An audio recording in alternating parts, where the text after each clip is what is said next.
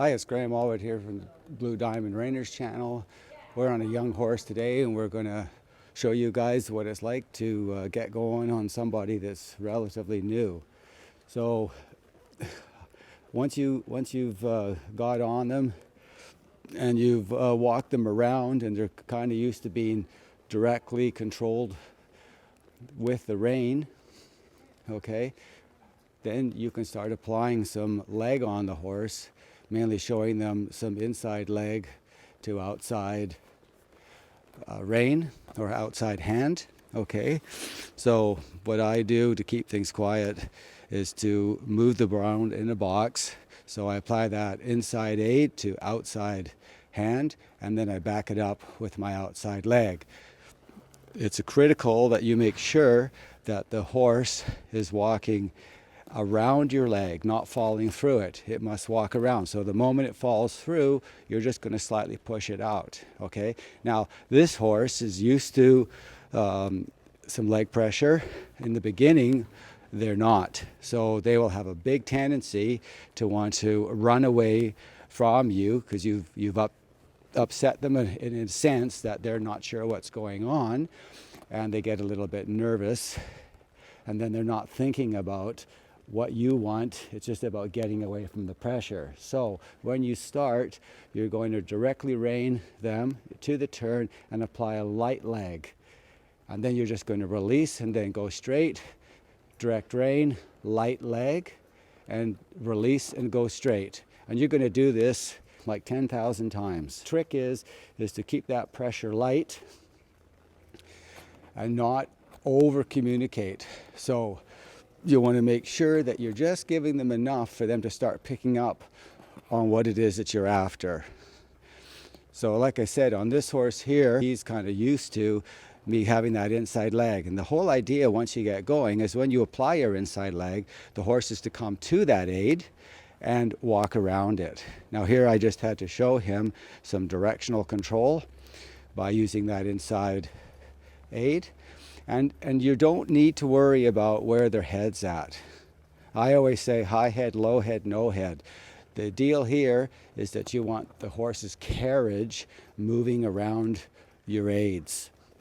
Put it in a side pull, martingale, so it doesn't have to think about anything going on in its mouth.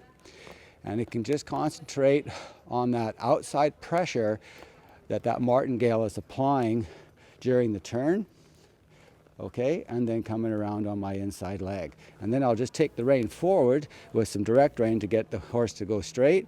And then I will bring the horse around the left leg. So what I'm doing here is I'm just working the corner of the arena, and I'm trying to get it so that the horse understands that when I apply this inside leg, he needs to bend around it and walk forward. Okay, sometimes I just give him just a little bit of a tap, again on a super green colt that's got no idea about legs at all. You're not going to do that unless it's really lazy. Now here's wanting to fall in, so I'm going to push him out and say, hey, get off my leg while you come around, because they will have a tendency to want just to laterally move their shoulders, which is okay under whatever circumstances you're looking for that in. But again, I'm actually fixing a problem here as well that's being created. So, but again, the horse has got used to my legs in the beginning. No, the horse would turn its head and try and bite my toe because it had been overly or aggressively over-spurred, okay, or over-aided. So I've had to back off and really make these big gradual turns, what I call swooping circles or swooping turns. You don't want them tight because you don't want the horse not necessarily, to go into sort of a panic situation about being pulled around. It's about keeping the horse standing upright, okay, and staying between your aids, whether it's your neck rein or your saddle. All right. So I purposely make these swooping turns to keep everything comfortable. And then when I go in, Here I'll apply the outside rein. He's not quite following that enough because they have to be able to neck rein, and then I will just bring his nose in to that neck rein. So we'll just pick him up a little bit here and just get him just moving out a bit more. So I just smooch, try to teach him a little bit of rhythm. I want that carriage to come around. There, he fell in a little bit, so I'm just going to push him out and slow him down, because one of the key things here that you also want to do is speed control. So I smooch to teach them rhythm, and the rhythm gives them speed control eventually when they catch on to the whole thing. But you want them moving elegantly. You want a nice moving animal. Come on, come on.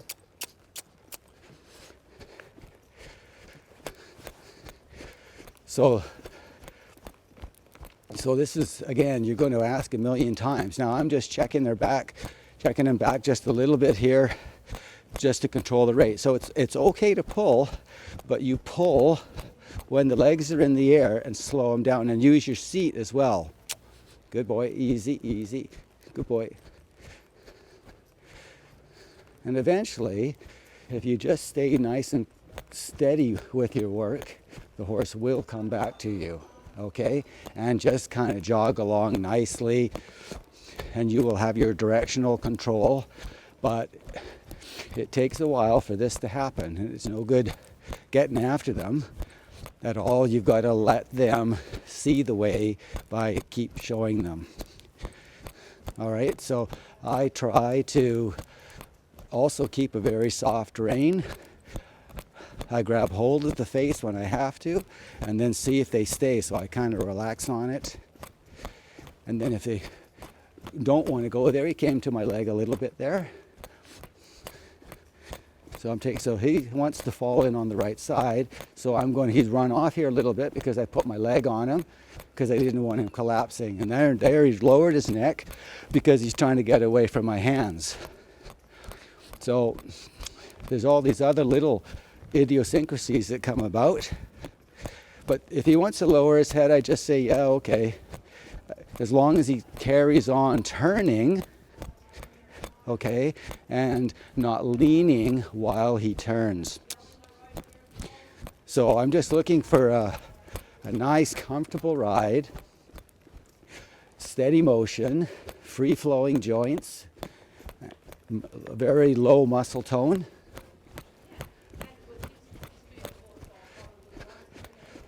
In order to get this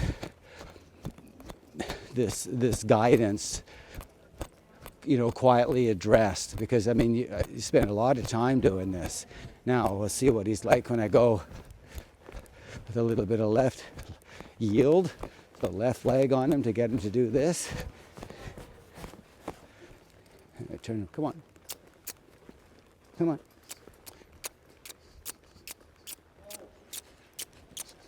Good, good. Easy, easy, easy. So sometimes also when you're riding in whatever atmosphere you have, they'll get a little bit uneasy with whatever it is that they're seeing. So you just have to work with them on that and just take them through it without, upsetting them. Now, yes, if you've got a horse that's got a lot of anxiety, then you have to slow down things and just keep your cool and keep things nice and easy.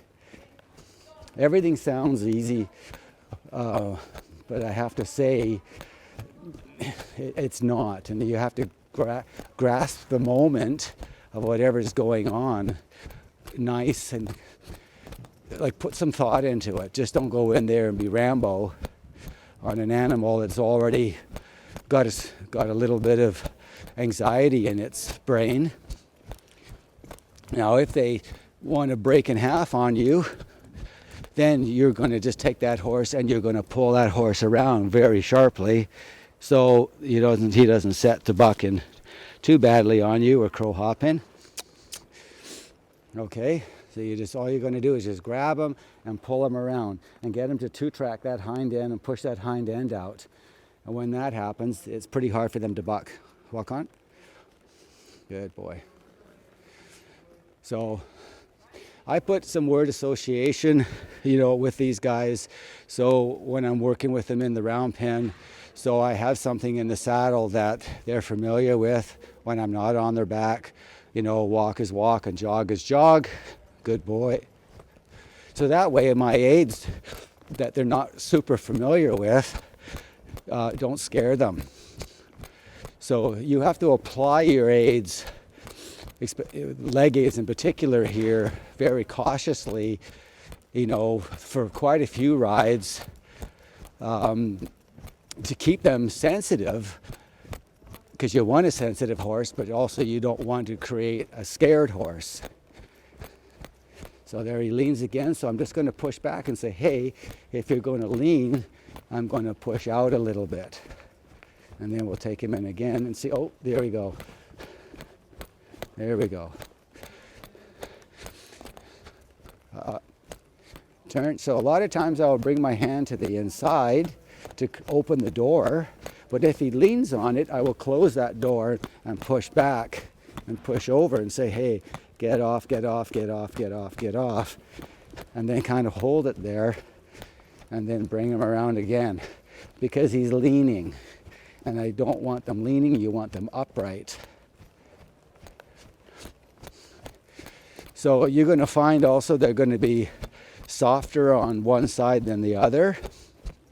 So one side, like this left side of his, is pretty good. It's not too bad. So I can kind of relax on him a little bit. Easy, buddy. Easy, easy. I can relax on him. A good boy.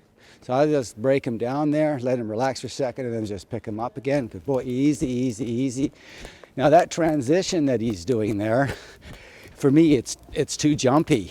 It's got it, or not jerky, but jilty. Like I want that transition to go back to the walk again. Walk. Good. There I don't have to pull on him.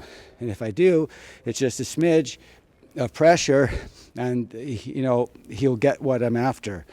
So the walk, so that's why, another reason why I teach him, so I don't have to pull their face off. Okay, so we're going to go back up and see if I can get him to jog. So when I'm teaching them movement, I want the movement to be smooth and steady with that, so it's fluid. Okay, so let's see if I can't get him. So I'm going to just smooch a bit here. Don't smooch like you're clucking. You want to smooch for the steps. So good. That wasn't too bad. He elevated his neck there, which is okay in my books, but it's how the carriage moved off. Okay. So the carriage for me is shoulders to hips, and the frame is nose to tail. So right now I'm just concentrating on the carriage movement, and then I will start to frame him more as the carriage movement develops.